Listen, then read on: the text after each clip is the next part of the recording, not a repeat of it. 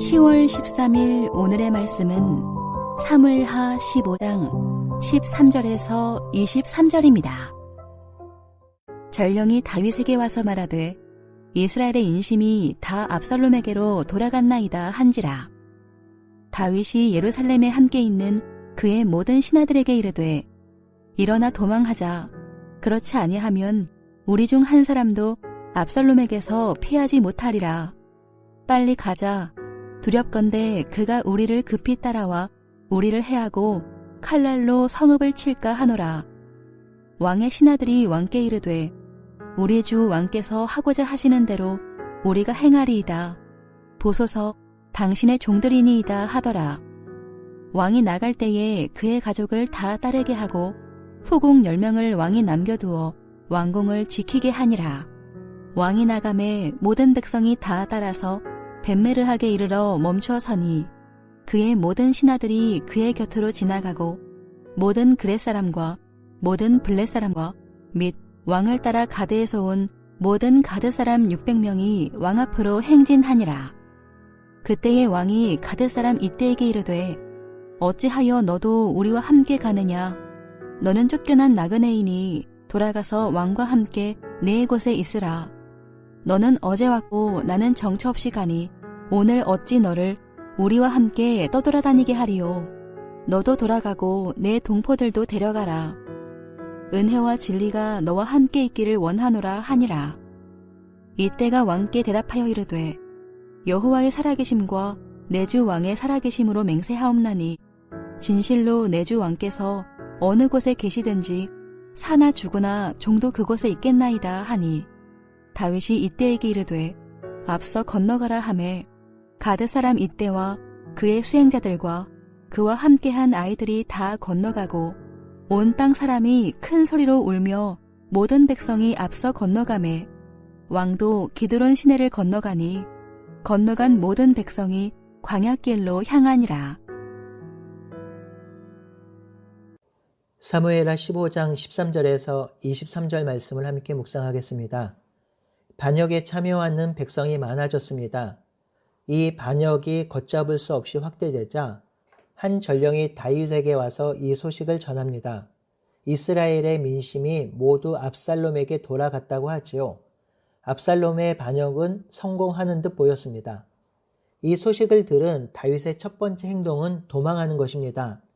전투적이고 호전적인 사람들 입장에서 보면 다윗이 도망가자고 하는 이 행동은 두려움에 사로잡히고 무책임하고 왕의 직무를 포기하는 것으로 이해될 수 있습니다. 하지만 다윗은 그런 의도로 도망하자고 한 것이 아닌 것으로 보입니다. 14절 하반절에 보면 도망하지 않으면 우리 중 한 사람도 압살롬에게서 살아남을 자가 없을 것이라고 하였지요. 다윗은 압살롬이 예루살렘 성의 사람들을 죽일 것이며 대항하면 피 흘림의 전쟁이 있을 것이라고 생각했습니다. 그래서 다윗은 동족끼리 죽고 죽이는 전쟁을 피하고 싶었고 무고한 자가 피를 흘리는 것을 그대로 보고 있을 수 없었습니다. 더군다나 압살롬은 예루살렘에 실력 있는 관료급 인사 200명을 데리고 갔으므로 현재 예루살렘에 남아있는 사람들은 압살롬을 대항할 사람들이 아닌 것으로 보았죠. 지금의 상황을 냉철하게 판단한 다윗은 일단 도망하기로 결정합니다. 일단 급한 불을 끄고 동족끼리의 전쟁을 피하고 무고한 자가 피 흘리는 것을 피한 후 후일을 도모하려고 한 것이죠. 이 사실은 16절에 다윗이 후궁 10명을 남겨두고 떠난 것을 보면 알 수 있습니다. 후궁 10명을 남겨놓은 이유는 왕궁을 지키려고 한 것이라고 성경은 기록하죠. 이는 16장 21절에도 드러나는데요. 아히도벨이 압살롬에게 다윗이 왕궁을 지키려고 후궁을 남겨두었다고 말합니다. 그러니 후궁 10명을 남겨둔 것은 다윗이 예루살렘을 단지 잠정적으로 포기한다는 뜻이며 다시 돌아올 것을 소망하며 후궁을 남겨두었다라는 뜻이죠. 다윗이 압살롬과 전면전을 했을 때는 많은 인명피해가 일어나고 무고한 사람이 죽고 동족끼리 싸우는 비극이 일어날 것을 예상하여 도망하였습니다. 이 다윗의 결정은 잘한 결정이지요.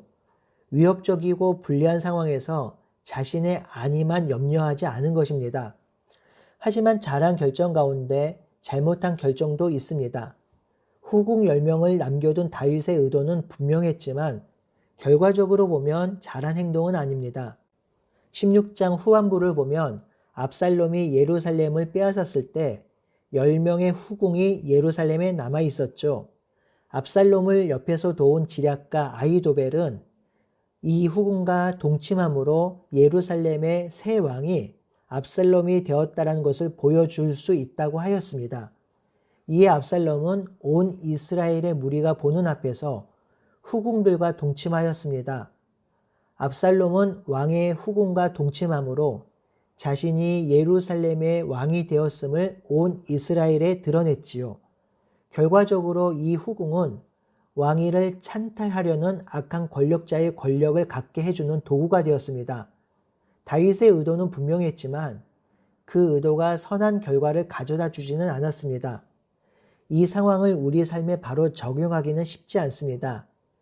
하지만 한 가지 깨달을 수 있는 것은 우리가 내리는 결정들이 완전히 선할 수 없고 언제나 불완전한 결정들이 많다는 것입니다. 그래서 우리의 결정들이 하나님의 뜻이라고 하기 어렵다는 것이죠. 그리고 하나님의 뜻대로 결정하기도 쉽지는 않습니다. 그렇다면 우리는 어떤 결정을 해야 할까요? 어떤 결정을 해야 하나님의 뜻에 부합할까요? 이에 대해 제랄드 시처는 기도하는 가운데 내린 결정이 하나님의 뜻 가운데 있는 것이라고 하였습니다. 하나님은 어떤 일에 대해서 A로 가야 한다, B로 가야 한다 정해놓고 그 길로 가지 않으면 징계하고 훈계하는 분이 아닙니다. 우리가 어떤 결정을 하든지 중요한 것은 기도하고 하나님의 뜻에 부합하는 결정을 내리면 되는 것입니다. 그리고 그 결정이 완전하지 않다는 것도 인정하며 그래서 우리 인생을 그분께 내어드리며 성령과 연합하여 선을 이룰 수 있도록 해야 합니다. 그래서 우리는 우리 인생에 대해서 언제나 겸손해야 하며 하나님의 선하게 인도하시도록 하나님께 항상 물어야 한다는 것입니다. 17절에서 23절은 예루살렘을 떠나 도망가는 다윗을 떠나지 않고 함께 한 사람들이 기록되고 있습니다. 18절에 보면 그 모든 신하들과 그렛 사람과 모든 블렛 사람과 가드에서 온 모든 사람 600명과 함께 갔다고 기록하지요. 이 모습을 보고 다윗이 가드 사람 이때에게 말합니다. 어찌하여 너희가 나와 함께 가느냐? 너희는 나그네이니 너희 왕에게 돌아가서 그곳에서 함께 있는 것이 더 낫지 않겠느냐? 나는 이제 정처 없이 광야로 들어가 떠돌아다니는 인생을 살며 미래가 불투명하니 어찌 너희를 나와 함께 떠돌아다니게 하겠느냐? 너도 돌아가고 내 동포도 돌아가라고 말합니다. 다윗은 자신의 미래가 불투명하고 생사가 확보되지 않은 상황에서 자기를 따르면 목숨을 유지하기 어려우니 이방 사람들은 본국으로 돌려보내려고 합니다. 이런 면을 보면 다윗이 어떤 사람이었는지를 알 수 있습니다. 다윗은 고아와 가부와 나그네를 환대하라는 율법을 이행하고 있습니다. 밧세바로 인한 범죄로 인해서 영적 암흑기를 거치고 힘든 여정의 인생을 살아왔지만 그래도 이전에 하나님과의 관계에서 신실했던 다윗은 끝까지 엉망은 아니었습니다. 그래도 곳곳에 하나님을 신실하게 사랑하고 관계 맺었던 신앙의 흔적들이 남아 있습니다. 여러분, 이것은 정말 중요합니다.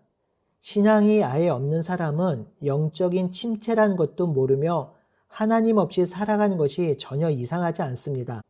하지만 하나님과 깊은 관계 속에 있던 성도가 영적 침체를 경험할 경우 이전에 하나님과 깊은 관계에 놓여 있던 감정, 관계, 은혜, 하나님의 사랑을 경험했었기에 그것을 회복하고자 하는 열망이 있으며 삶의 곳곳에 하나님을 신실하게 사랑했던 흔적을 드러내기도 합니다. 영적 침체 가운데 마치 불신자처럼 살아도 그래도 그 은혜의 흔적이 있고 그래서 그 은혜의 흔적을 발판 삼아 은혜로 살아가려는 마음이 남아 있습니다. 그러니 우리가 어느 상황에 있든지 최선을 다해 하나님과 깊은 관계에 들어가고 그 관계 속에서 살아가려는 것은 너무나도 중요합니다. 이에 이때가 대답하지요. 21절입니다. 내가 여호와의 살아계심과 내 주의 왕의 살아계심으로 맹세하옵나니 내 주 왕께서 어느 곳에 계시든지 사나 죽으나 종도 그곳에 있겠습니다. 라고 말합니다. 지금 다윗과 끝까지 함께 가겠다고 한 사람들이 보면 이방인입니다. 그대 사람은 그레데 섬 출신의 블레셋 사람들이며 블레 사람은 출신이 명확하지 않은 블레셋 사람입니다. 가드 사람도 이방인이죠. 이방인들이 이렇게 고백하자 다윗은 함께 가는 것을 허락합니다. 그리고 이때를 앞서 건너게 하고 그 수행자들과 그와 함께한 아이들도 건너가게 합니다. 온 땅이 큰 소리로 울며 모든 백성이 앞서 건너가매 다윗이 기드론 시내를 건널 때 모든 백성이 광야의 길로 갔습니다. 성도 여러분, 여기서 이방인들이 걸어간 길이 바로 광야 길입니다. 미래가 불투명하고 안전이 보장되지 않는 광야 길입니다. 이들이 이 길로 걸어간 이유는 다윗과의 신의 때문입니다. 그들은 눈앞의 이익을 따르지 않습니다. 현재 압살롬을 따르면 미래가 보장될 수 있음에도 압살롬을 따르지 않습니다. 이들은 옳은 길을 따르고 정도를 걷습니다. 비록 그 길이 광야길이라 하더라도 다윗을 따라 그 길을 걷습니다. 성도 여러분, 가드 사람 이때의 모습을 보면서 우리의 신앙하는 삶이 어떠해야 하는지를 돌아볼 수 있습니다. 예수 그리스도를 따르는 길은 광야의 길입니다. 이 땅을 살면서 말씀대로 살면 어떤 일이 벌어질지 모르지만 그 길에는 고난과 어려움이 있을 것입니다. 하지만 중요한 것은 그 길이 승리의 길이며 그 길이 생명의 길이라는 것입니다. 세상 사람들이 걷는 길은 아름답고 멋지고 성공한 길 같지만 신기루와 같은 길이며 견고하지 않은 길임을 기억합시다. 오직 예수님이 길이요 진리요 생명입니다. 우리 흔들리지 말고 견고하게 우리의 길이요 진리요 생명 대신 예수님을 따르는 우리 모두가 되기를 바라고 소원합니다.